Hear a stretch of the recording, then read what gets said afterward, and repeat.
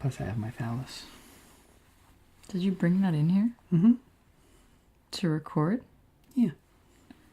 Okay, so when he says he has his phallus, what he means is that he's holding a piece of stone that is vaguely penis-shaped. Just vaguely. Just vaguely. Sex-positive culture. It's my body to give. Are threesome gifts a thing? Taking a bra off. I like your bed. Horizontal. Horizontal. This is Horizontal with Lila. Yes, ma'am. I'm Lila, and I'm horizontal. I'm Joe, and I'm horizontal. With Lila. Oh. With Lila.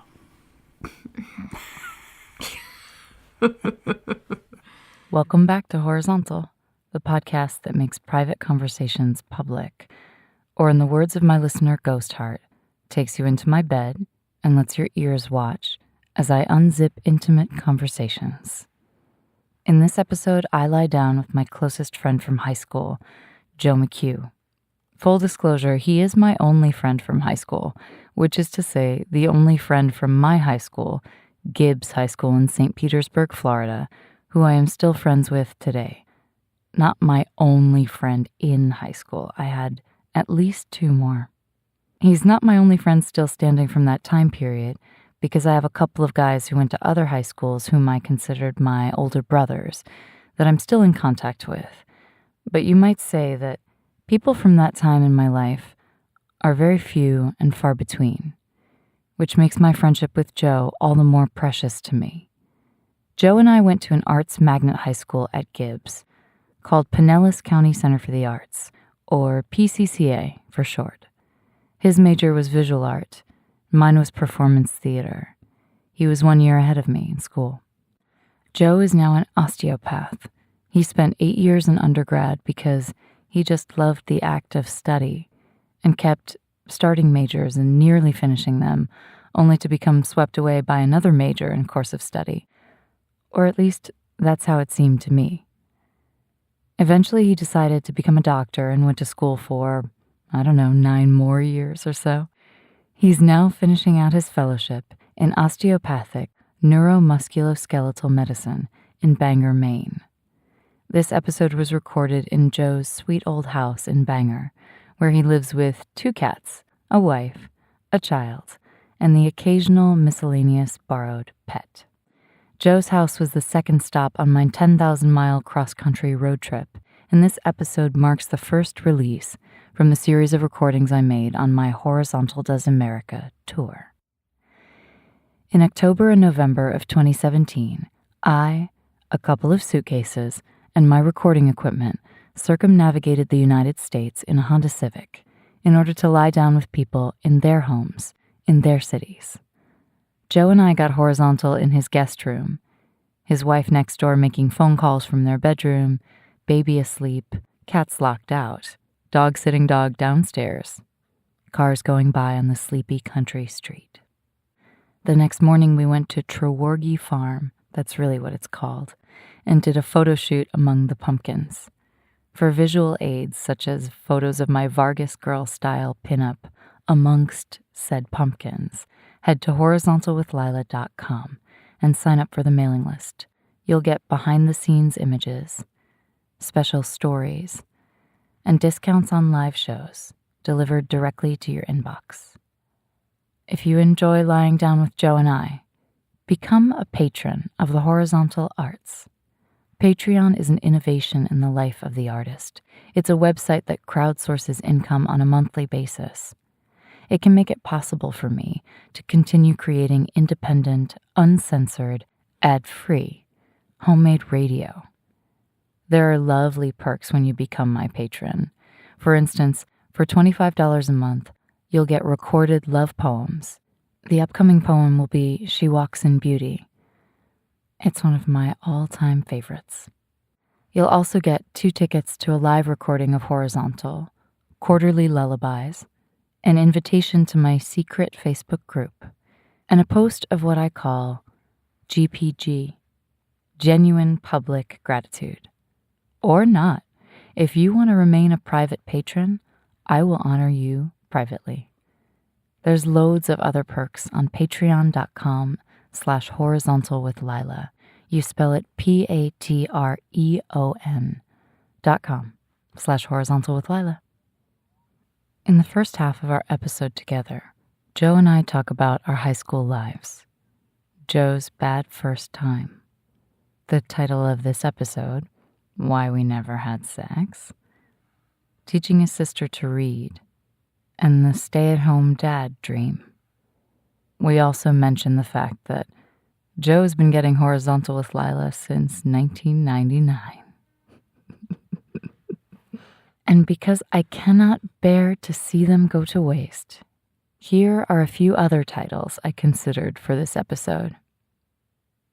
The Paper Anniversary, The Nose Couple, and The Vanilla Episode. So you know what you should do, right?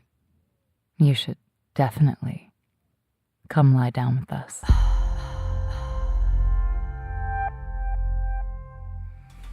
Hold it in your right hand. It's where I've held many a phallus. Doesn't that feel nice? Mm-hmm. Yes. It's very like good in the hand. Mm-hmm. Mm-hmm. Did you bring it for its talisman purposes? Mm-hmm. Not because I think of it as a phallus. That was more of a joke because of what we're doing. But no, I brought it because I like to hold it. I think I have the least interesting name of any of your guests so far. Yep. Oh my gosh. Like by a large margin. I think I might be allergic to the phallus. You're not allergic to the phallus.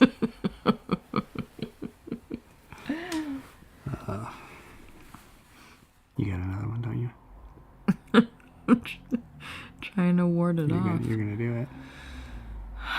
Succumb. It's lingering. Succumb. Just enjoy it. Get it all out.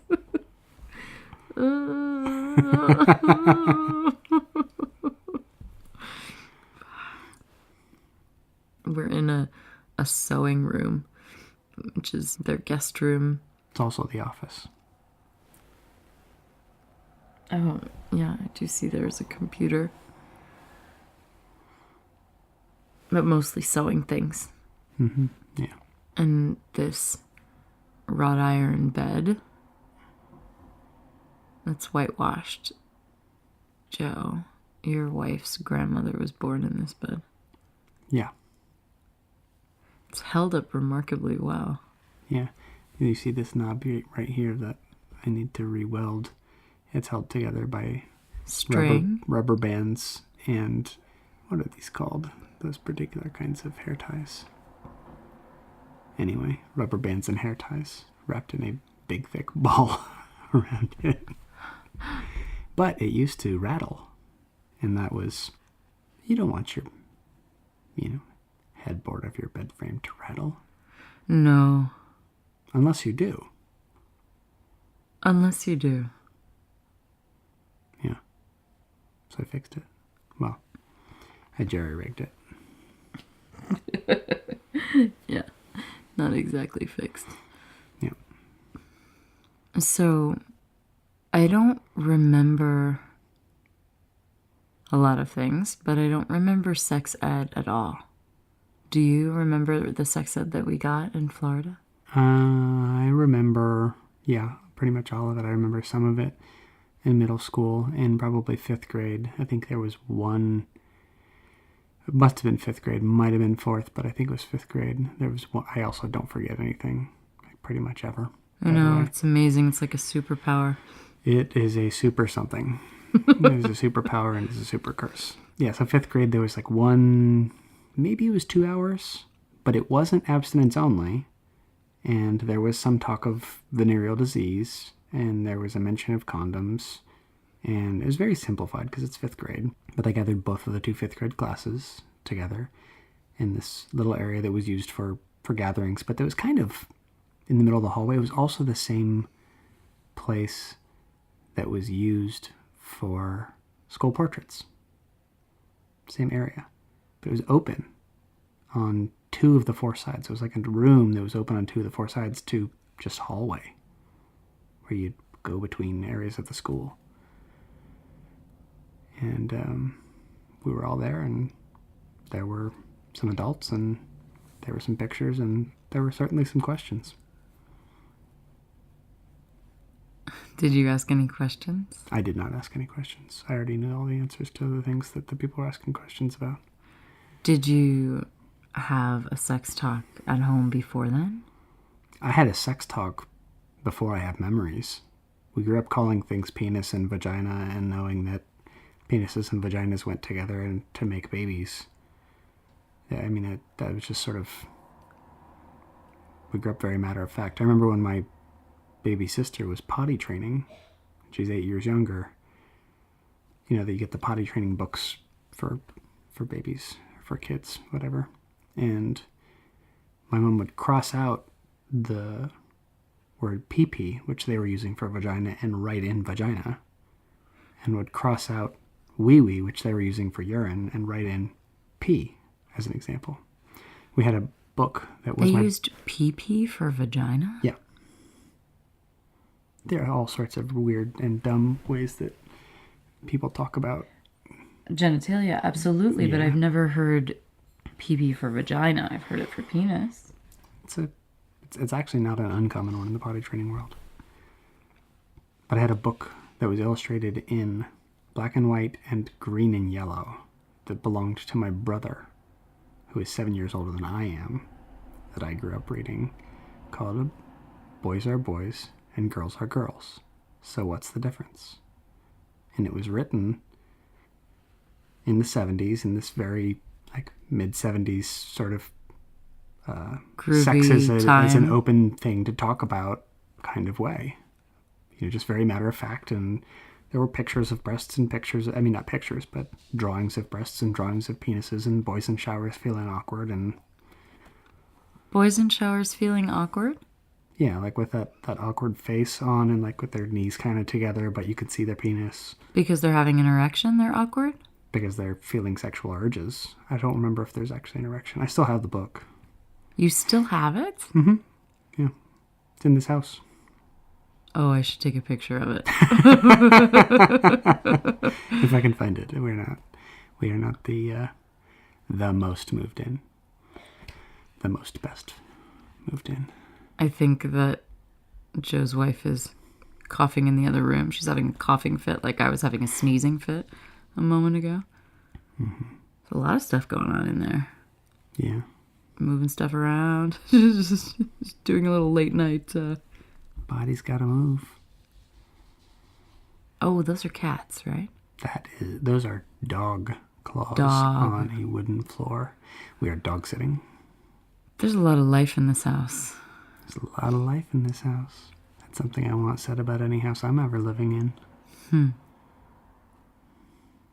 And then we went to high school together, but I don't remember any. I'm sure there must have been something in health class. I did high school level sex ed during summer school. I took physics 1, I took something else, and I took health. It's basic human health. And there was not a small period of that was devoted to sex ed kind of stuff. And I rode with Josie Newman and Cassandra Murphy to those summer school classes that year. And I'm now getting a very, very vague image. I'm pretty sure you went to that summer school that year. I think I have a memory of you being there. I don't remember ever going to summer school because in the summers I visited my father since my parents were divorced. Right. Maybe you didn't, So I was up in New York. but I thought you did.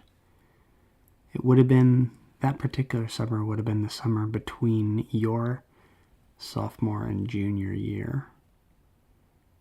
And when Josie drove, it was this big, I think it was not a Volkswagen bus, but it might as well have been, because it was the same shape, kind of a van. And when I drove the Subaru Brat. I loved that car. Yeah. But the memory that surfaced was anatomy. So I think it was science class. Vaguely recalling an anatomy textbook and getting to the reproduction section and being in class with Wes, this soccer player that I thought was so handsome and would always talk to me, but I was certain he wasn't interested in me, although I hoped. And then I remember coming into that class one day and seeing, I guess we left our books maybe in there, and seeing that somebody had written in my book, Lila Donna Ho. And I was so upset about it. I was so upset. And it's just a small stroke that changes that. And I showed him, and he said, "Oh, that was me." Did you still like him after that? I can't remember. That would have been with Mr. Simmons. Oh, I thought it was a... If it was at Gibbs, it would have been Mr. Simmons who did anatomy. We've already determined that your memory is not perfect. Oh, no, it's not perfect. But still, I think of you sort of as an external hard drive for me. So maybe, do you think you have a story about me that I don't remember? I have recently told you stories about you that you don't remember. I sent you a text of a picture of you from, must have been your junior year. No, yeah, it must have been your junior year. And you had written on the back of it, blah, blah, blah, blah, blah, we love Joel Gray. And I sent you a picture of the front and the back.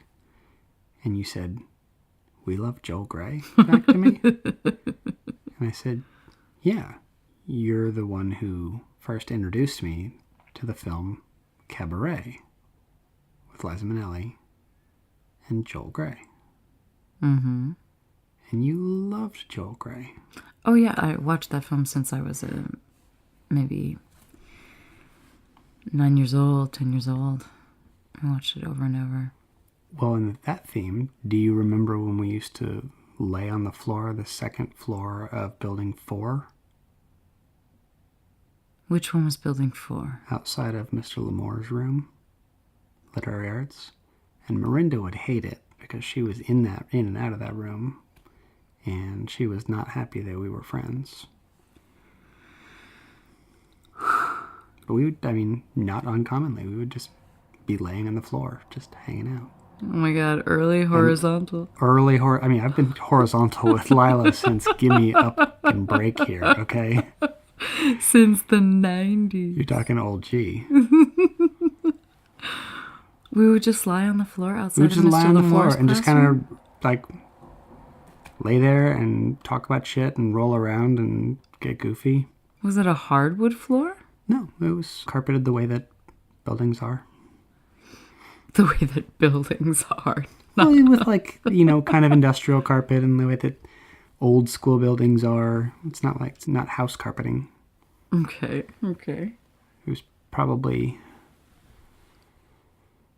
I want to say it was dark blue-ish. Wow, you remember so many things.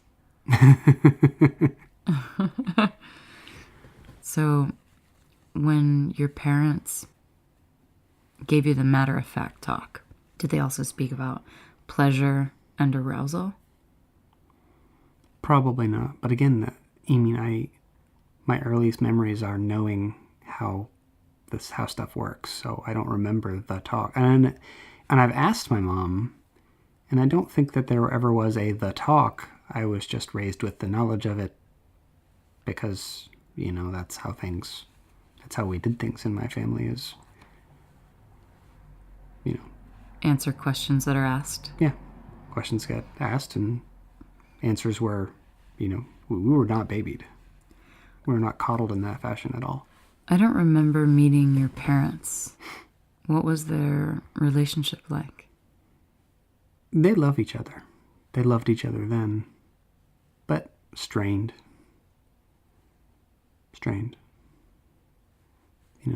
My dad worked a lot. There were some traditional gender things and some non-traditional gender things. Which were which? Well, my mom always worked, with the exception of she would take time to stay with kids shortly after they were born. Right? She stayed with me for a little while after I was born, but by the time I was, maybe 2, she was back working. She may have been home longer with my brother, but I doubt it. They probably needed the money from her working. You have just the one brother? Yeah. One brother who's 7 years older and one sister who's 8 years younger. Wow, that's a long span of child rearing. Mm-hmm. My mom was 18 years and 8 months when she had my brother, and she was 33 when she had my sister, and she was 25 when she had me. My mom turned 18 in January of 1976. My dad turned 18 in early May. They were married in mid-May. They had my brother in September. So she was around when they were married. Did she want children that young? I don't think that she intended to get pregnant that young, if that's what you're asking. That's what I meant. Yeah, it was not a planned pregnancy. I was the only planned pregnancy of the 3. Did they go through with it because they were religious? They went through with it because they felt it was the right thing to do. My dad is religious. He's pretty Catholic, but he's not really even Mine too. a standard Catholic. But they went through with it, I would say, for moral reasons, or I would say for moral reasons, but that weren't necessarily religious. I'm sure there was some religiosity involved, but... Doesn't moral imply religiosity? Wouldn't it be ethical reasons? No. Moral doesn't imply religiosity. It implies a sense of what the group thinks is right. Moral comes from mores, which is Latin for laws. So that's what groups have decided are the correct things to do. Ethics are personal. From the Greek ethos. I'm sure I once knew that. You probably did. It's been a while. So what else was non-traditional besides the fact that your mother worked? My dad is very good at finances in terms of making do with what you have. But my mom is better. My mom, when I was, 2-ish, I mentioned she went back to work. She started working as a teller in a bank. And within 6 months, they were starting to put her through night school for a community college because she had said, this whole way that you do things is completely disorganized and it doesn't make any sense, and had reworked things as a young woman in the early 80s who was just a bank teller. But her ideas were better organized and caught on. In fact, everywhere she's ever worked, she comes in and she says, there's a better way to do this. And then she institutes it and it stays. And what was traditional? The basic power structure. My dad still had the final say in most things. He was still the primary breadwinner. My mom's income was never sufficient to grant her enough weight in arguments. And even just the fact that he was the primary breadwinner, and that being the primary breadwinner gives you the most say, is a very sort of traditional bit of patriarchy. Definitely Also, breadwinner. Isn't that an odd term? The winner of bread, as though... Is it because bread was slang for money? I don't know. I can imagine lots of reasons that will sound plausible enough to pass as true, but I don't know which one is actually true. I like that you're not going to try. That's nice. Yeah, I mean, I certainly could. I just, like, 3 or 4 passed through my mind, and I was like, I don't... None of those sounds more reasonable than the others, and they all sound reasonable, so that means I don't know, and I can't figure it out. And what did you learn about relationships by watching theirs? I learned that I didn't want a relationship to be that contentious. Because there was always strife. And they were always good about trying not to have fights in front of the kids. I mean, they would disagree, and they would bicker a little bit, but they never wanted their kids to see them really arguing. But I knew it was there. The tension was there. And maybe the tension was there because they didn't argue openly. I don't know. But I never wanted a relationship to be that contentious, that tense. I wonder about it being there if they didn't argue openly. Because my parents did argue within earshot of me. And it also felt fractious and tense. Yeah. I'm sure it's just different. Yes, an unspoken tension has a different timbre. Mm-hmm.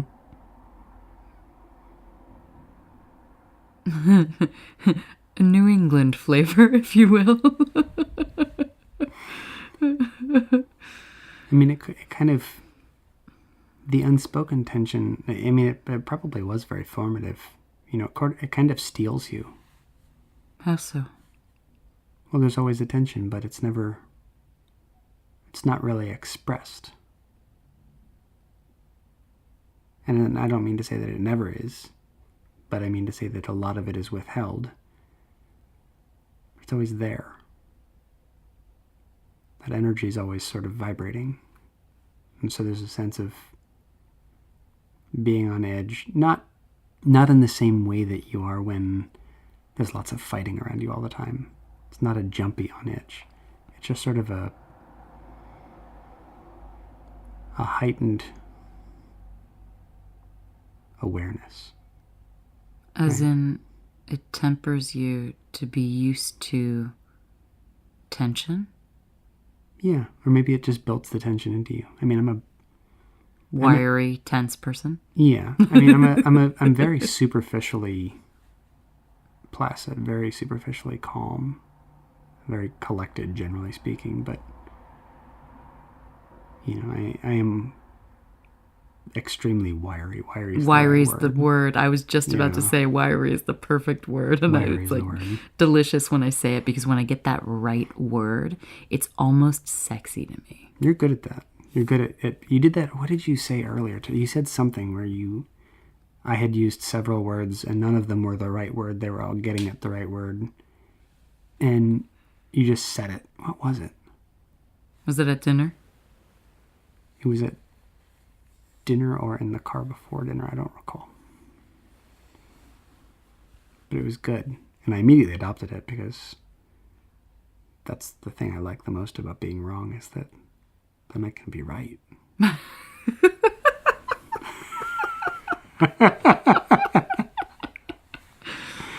Oh, it's really, yes, wiry. Yeah, wiry's the right word. In the physical and the electrical sense, I think. That's part of why it's such a good word. Did you see them embracing each other or hugging? Did you have a huggy household? We did not have a huggy household. Did they hug you? Their children? We did not have a very physically affectionate household. Just really at all. And between you and your brothers and sisters also the same? I was more affectionate with my sister, and my brother was affectionate with me in a million ways, but it wasn't really huggy. I mean, he's too much of a like dudes, bros, bro for that, and I mean that not in a douchey way. I hate that word. Yeah, but it's descriptive. But it's really not. It's really not. Yeah, I guess you're right. I mean, something that is used to clean out. He's not a bro, but he is a dude. He's very much a guy's guy. Yeah, but what does that really mean anyway? In the traditional sense. He's very traditionally masculine. He never, ever told me that I was not allowed to be around he and his friends when they were hanging out. I was always welcome. I was welcome to go to their house when he went to their house. I was welcome to hang out with him in his room when they were hanging out in their room, to go with him places. I was always allowed. That sounds really nice. It is. So I mean, there was a very clear love, and my mom tells me that, you know, from the moment I came out, I was his little man. You know, and he is one of my absolute ideals of fatherhood, because he's been a father since he was 7 years old. To you?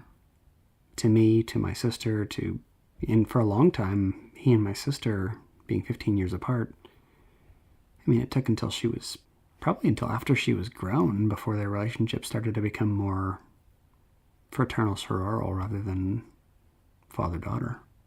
It took a long time. I had always looked up to him, but mostly I think our relationship was fraternal, was brotherly. So with your sister, did you have that same sort of paternal experience as perhaps your brother did with you? Yeah, I taught her to read. Every night I would go in and we would read Winnie the Pooh together, and first all she had to do was, you know, first we would read, and then she would have to tell me the letters that started the chapter we were on. Then she would have to read the name of the chapter, and then she would have to, you know, read the first sentence, and then she would have to read the first paragraph, and I did great Pooh voices and things. So she really wanted this to happen, and eventually she would be reading to me. Is that your earliest memory of wanting to be a father? Oh no, I wanted to be a father before then. As far back as I can remember, I have thought about what my kids will be like and how I will raise them and what their names would be and all of these very non-male gender normative things. Yeah. And when you say as far back as you can remember, how far back is that?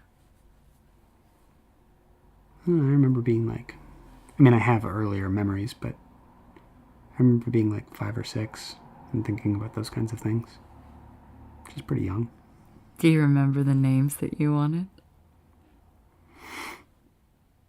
I always liked the name Sophia.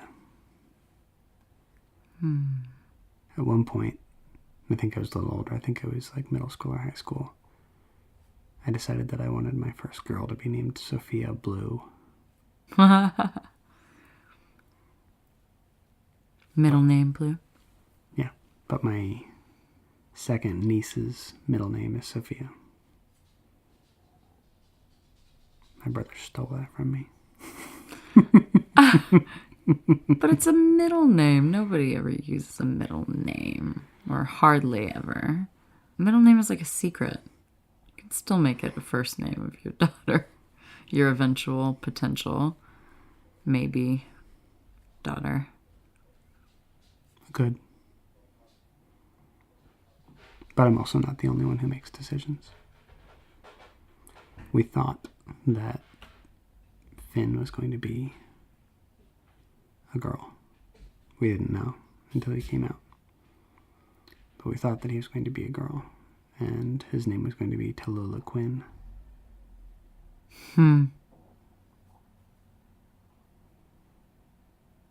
That's lovely. Tallulah Quinn Preto McCue. Instead, he came out and immediately he was Finnegan Maxwell. So you're using both last names, but yours is last. Mm-hmm. How come? Preto McCue sounds better than McCue Preto, and I'm not a chauvinist, and she's the last Preto, which is why she kept her name. Yeah, I wondered why hers wasn't last. I'm not a chauvinist, and it's more important for him to be a Preto than for him to be a McCue. There are lots of McCues. But she's the last Preto. And also Preto McCue sounds better. But if it's Preto McCue, won't people just say McCue? No, if anything, they would drop the last one. So, for example, I had our family doctor back in Columbus was Janine Berger Jones. Everybody called her Dr. Berger. Every once in a while, people would call her Dr. Berger Jones, but mostly it was Dr. Berger. Normally, it's the second name that gets dropped. If a name gets dropped. I think I'm the last Donalo. On my side, at least. I do have cousins a couple times removed that's a Donalo. See, Emma's the only child, and her dad is the last male in that generation, at least until you go back to Italy.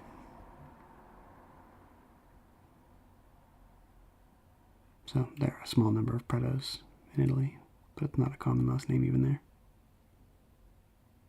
So you were 5 or 6 and wanting to be a father, knowing that that's what you wanted. Mm-hmm. And that's remained steady. Yeah. I mean, being a father is my most proud accomplishment, more than being a doctor, more than anything else I've ever done. It's the most important thing to me.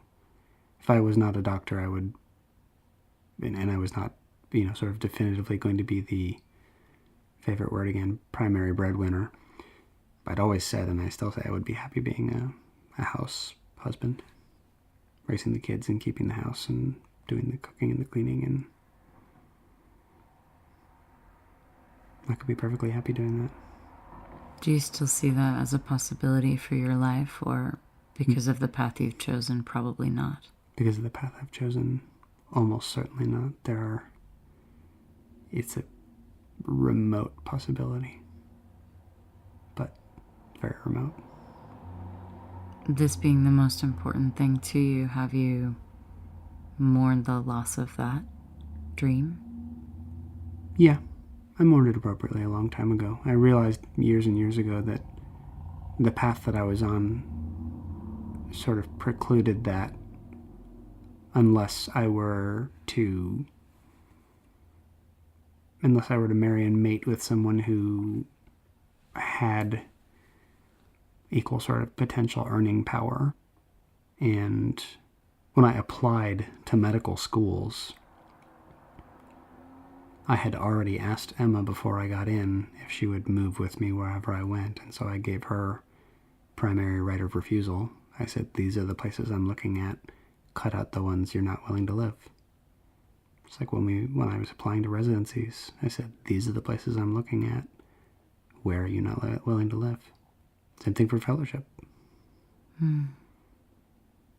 I've always said that if she's going to be willing to move with me, she gets to and so we've always made those decisions together. We've always looked at, what the climate's like and what the schools are like and what the culture is like, and is there do we have access to good quality food nearby, and she's a great planner and organizer.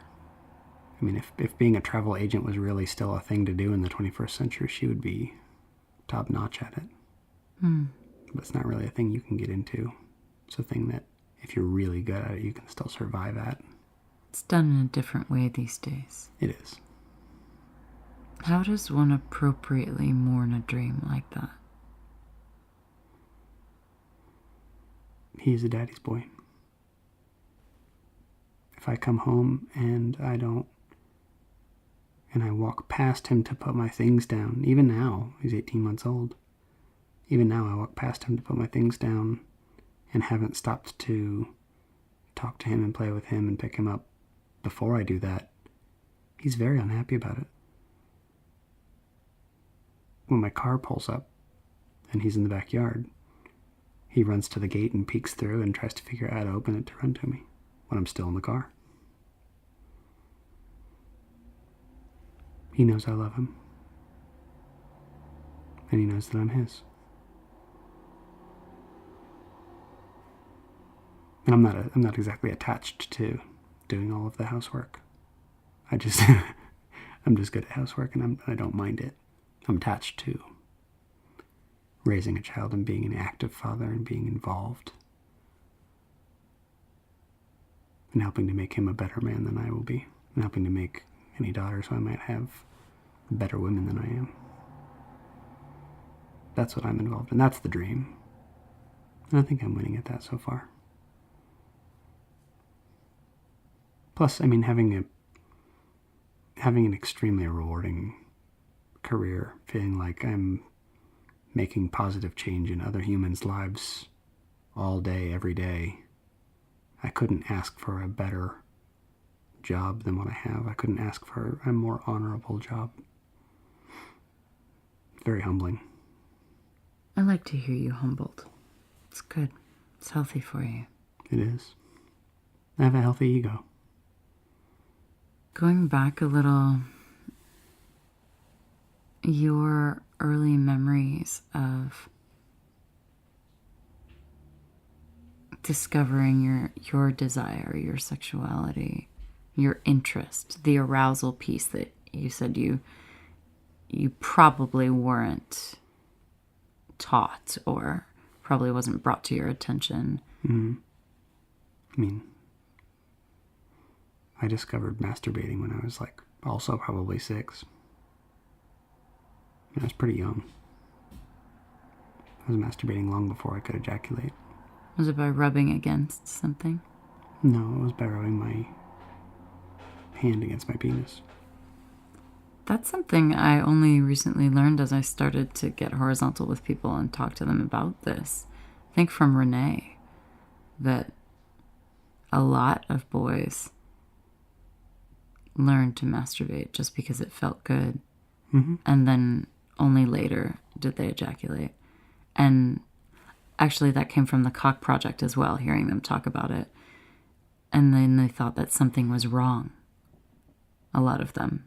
Yeah, when the ejaculation happened. I didn't. I was just like, this stuff. Bound to happen sooner or later. There goes the neighborhood.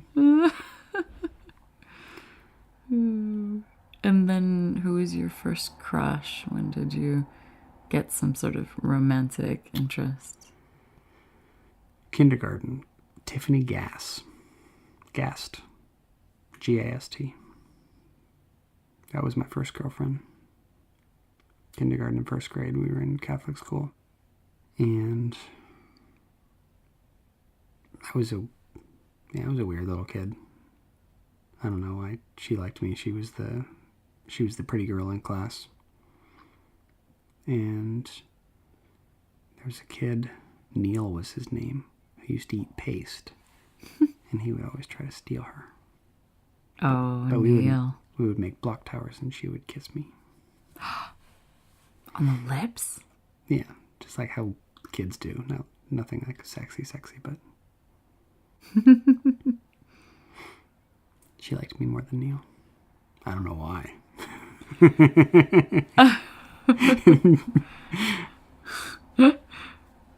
Perhaps his paste-eating qualities were not attractive to her. No, I remember him being a relatively handsome kid. I mean, for what that means for a memory of a 6-year-old evaluating another 6-year-old's handsomeness. But I remember having that conscious thought that he was not a bad-looking kid. And then when did that romantic interest and sexuality become linked? Well, I don't know entirely. I mean, even as a little kid, I sort of understood the sexuality part. Not entirely, but somewhat.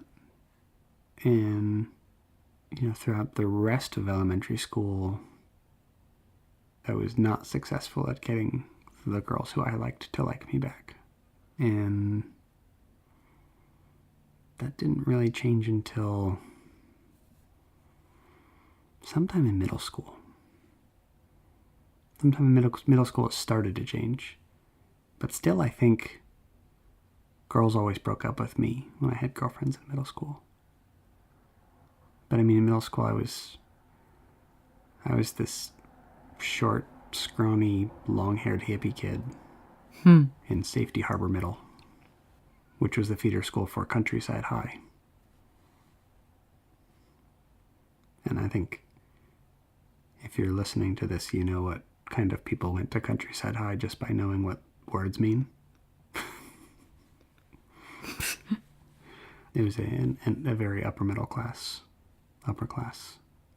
zoned school. I mean, heck, I started 6th grade. First day of 6th grade, I was 4'6" and 50 pounds. And then I grew 3 inches a year every year for 5 years. And doubled my weight. So I don't know. I mean, I didn't have sex until summer after sophomore year of high school, I think. And early on, I didn't even have my first real kiss, I don't think, until 7th or I forget whether it was 7th or 8th grade. I mean, I remember all the circumstances and things, but I don't remember whether it was 7th or 8th grade. And your first time having sex was within the context of a relationship? It was not. It was not? It was in the context of somebody who I had a relationship with, but we had broken up. Tell me about it. Tell me the story. Because I know this person and I don't remember even that you were together. So... Or I knew this person. I haven't seen this person in 20 years or something. We met on the school bus, and she was a year younger than I was. And she was, sprightly and poppy and loud and... brassy. Pretty. A little bit brassy. Mostly just loud. Loud and colorful. There are some who would call her brassy and say it in a way that meant grating. And I can understand that. But I certainly didn't find her that way at the time. And even now I don't, because I'm still friends with her. But we both had crushes on each other and ended up dating and dated for a while and dated from October through February, if I'm not mistaken. And I broke it off, but I don't recall why. Precisely. And she was not prepared to let it go. And we continued hanging out and continued being friends and continued fooling around. Less often and less devotedly, I guess, if that's the word. And a couple of times while we were dating, we had, and just fooling around, had sort of brinked up to that point and decided that, now was not the time, we were not ready. One or the other of us, or both of us, was not ready. Was she also a virgin? Mm-hmm. Yeah. She had, I think just a year earlier, lost her older sister in a car accident. And oh my God. Her parents were split, and as a result of it, and divorcing. I don't think they were actually divorced at the time, but divorcing, maybe they were all the way, I don't know. And she didn't get along real well with either one of them at the time. I mean, she was a teenage girl, so there's that. But she was all kinds of fucked up in the head. And I don't mean that in a demeaning way. She was traumatized. She had a lot of trauma. Is what you mean to say. Yeah. And it wasn't trauma that was worked through. So I don't ever recall her backing off first. The couple times that we kind of came up to the brink of, well, is this going to progress to the act? I only remember me saying, no, not yet. Several times. And did you not consider oral sex? I considered them different levels. And when you say the act, you're only meaning penetrative I'm only sex? meaning, yeah, I'm meaning intercourse. I mean, oral sex is penetrative sex when it's when fellatio is involved. That's penetrative. But I mean intercourse. And then one night we were hanging around and we were hanging out and we were fooling around, and it had been very emotional, and we had told each other that we thought we still loved each other, and we decided to go forward with it. And it was very painful for her, which was very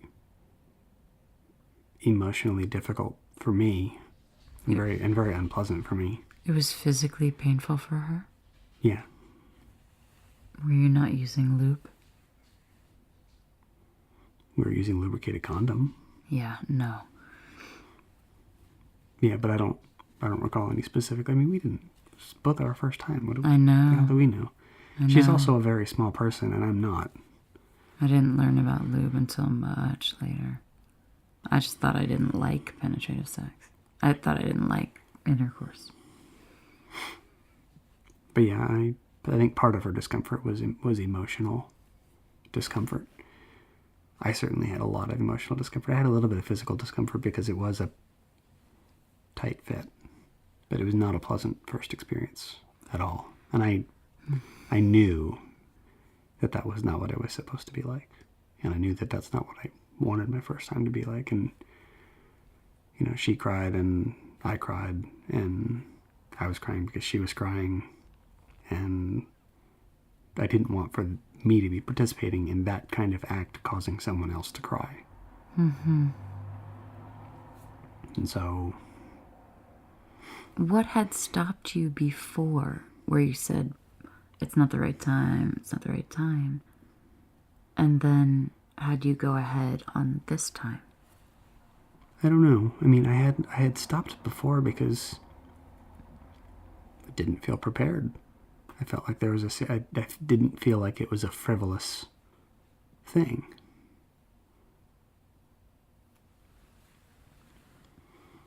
I had a very girl-gendered idea about what the first time should be like, about how the first time needed to be special, and that it was it was this sort of sacred thing to be protected. You didn't get that? No, not at all. Mine didn't feel special or sacred either, except my reaction coming away from it was, oh, that's what sex is like? We talked about this. You had a PJ Harvey moment. Really just not that great. Did you ever look up Harvey? that song? Is that all there is? Is that all there is?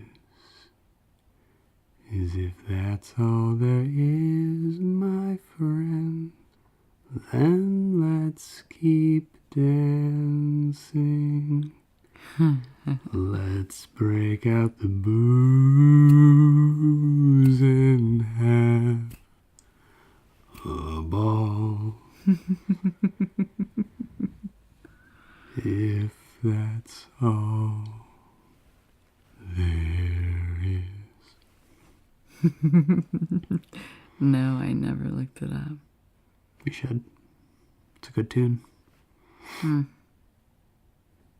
Well, we talked about this in the context of a conversation that we had, and we'd never had this conversation about a month, 2 months ago, Something like that. about why we never got together in high school. Yeah, We spent a lot of time together. we did. I mean, it was very intimate time. And we were physically affectionate. And, I mean, we were both good-looking kids. I don't know if you were ever physically attracted to me, but we were, I was certainly physically attracted to you. I don't know if I was. I think I questioned it and then didn't want to take the risk to see. Because what if I wasn't and then I lost this dearest friend? And I think it was the same for me. Or similar at the very least. We had a level of intimacy that is difficult for people who are of the gender that the other is attracted to have without there being some kind of romantic or sexual involvement then or historically. Yes. But we had gotten there. I don't remember, honestly, if I had ever had any intent when we first started hanging out. Do you remember when we first started hanging out? We first started hanging out in earnest when I was a senior and you were a junior. Which is why Miranda would have hated it, because it was partway through that year that she and I broke up. December of senior year. Your junior year. We were in playwriting class together, and she was such a superstar. I mean, she really was a genius writer, and I was so admirous of her and really wanted to be her friend and to, have an artistic confidant like that who had that kind of skill. And she was just not interested in like talking to me, in connecting with me at all. That was probably my fault. Well, that was probably her fault, but that was probably as a result of me. And maybe not. Maybe it was just you. I don't know. But, Could be. But I know that she did not like our friendship. She was not comfortable with it. Did she ever ask you not to spend time with me? Not that I recall, which doesn't mean no. Just not that I recall. It can also be, tacit disapproval. Often it's not explicit, right? Often it's implicit. It certainly didn't stop me. And I knew that she was not happy with it. But I don't remember if we were hanging out a ton while she and I were still dating. We started hanging out while she and I were still dating, I think. So we had a project to do together, didn't we? And we did that project, I don't remember what it was, but we did that project at your house. What could that have been? We weren't in any classes together. We have to have been.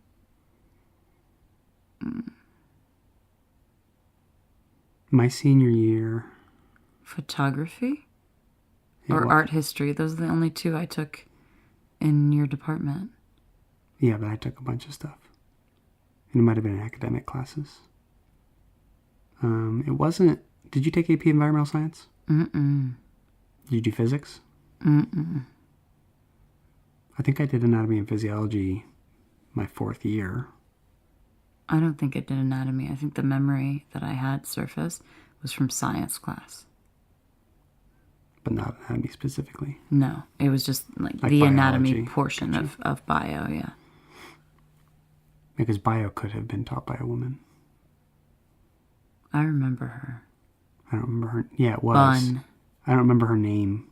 National Honor Society. Yeah, you're right. That was bio. Yeah. I feel pretty certain about that. I do remember a lot of driving around in your car, because I didn't have a car. Mm-hmm. You'd come pick me up in the Brat. And I had such fondness for your car and just being with you in that enclosed, intimate space. And what I'm remembering now is going down to the causeway, maybe, not all the way to the beach, and just parking and I think cuddling and In the truck bed. yeah. Yeah. And nothing happening. Just cuddling and talking. Just cuddling and talking. I told you, I've been getting horizontal with Lila since the 90s. That's right. You're the OG horizontal guest. In the truck bed. On the second floor of building 4, outside of Mr. Lamore's class. Must have been other places too. Oh, yeah, absolutely. Here's the moment where I give credit where credit is due. This episode was edited by Chad Michael Snavely. Peruse Chad's other podcasts on chadmichael.com. My sinuous cover art is by the illustrator Shauna Shea, whom you can hire through 99 Designs, and she is such a pleasure to work with. Horizontal's theme music is by Alan Markley, the rock star you can find on Instagram as Plastic Cannons. Every week, I'm reading one of my thoughtful, well-worded 5-star reviews, in gratitude. This one is from my dear friend and collaborator. Her episodes of Horizontal are 4A and 4B, and they're called Sluthood. Horizontal with Dr. Jana. Dr. Jana wrote this to her mailing list and then excerpted it in her review. If you've followed my work over the years, you know that I rarely discuss my personal life in interviews. I try to stick to the scientific facts and my opinions/interpretations of those facts. But I broke all rules for Lila. My conversation with her is more intimate than any interview I've done before. So here's a rare chance to get a glimpse into my childhood, atypical adolescence, and just as atypical adult life. Lila is someone who I have immense respect for, and I want to support this podcast. Why? Because what she's doing is opening these intimate conversations that many people are reluctant to have. But by not having them, we are silencing the discourse around sexuality. By having these conversations, we're encouraging people to own their sexuality and not be ashamed by it.